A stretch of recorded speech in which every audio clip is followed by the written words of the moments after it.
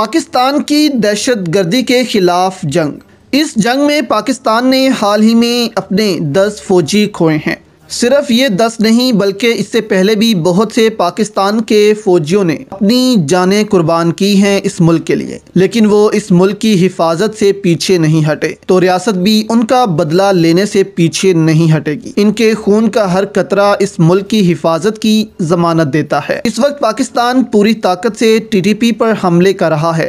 TTP کو افغانستان میں گھس کر مارا جا رہا ہے اور ان کے درمیان لڑائی بھی ڈلوائی جا رہی ہے۔ اس وقت بھارت جو فنڈنگ کر رہا ہے TTP کو، وہ بہت مشکل سے کر رہا ہے، کیونکہ افغانستان میں بھارت کا اثر و رسوخ بہت کم ہو چکا ہے۔ بھارت ایران کے راستے تھوڑی بہت فنڈنگ اب کرتا ہے TTP کو، تاکہ وہ پاکستان پر حملے جاری رکھ سکے۔ اب اس حساب سے فنڈنگ نہیں ہو رہی۔ بھارت جیسے پہلے کھل کر افغانستان سے TTP کو کرتا تھا، اب اس فنڈنگ کے پیسوں کو لے کر ہی TTP آپس میں لڑ پڑی ہے۔ کالعدم TTP کا مطلوب کمانڈر رفیع اللہ ہلاک ہو گیا ہے۔ مطلوب کمانڈر دہشت گرد رفیع اللہ نے اپنے کئی کوڈ نام رکھے ہوئے تھے۔ اب خبر یہ ہے کہ کالعدم تحریک طالبان پاکستان میں پیسوں اور عہدوں کے معاملے پر مختلف گروہوں کی شدید لڑائی شدت اختیار کر چکی ہے۔ ہوس، لالچ اور اختیارات کے حصول کی جنگ میں TTP کا مطلوب کمانڈر رفیع اللہ مارا گیا ہے، یعنی کہ اس دفعہ پاکستان کو محنت کرنے کی ضرورت نہیں پڑی، بلکہ TTP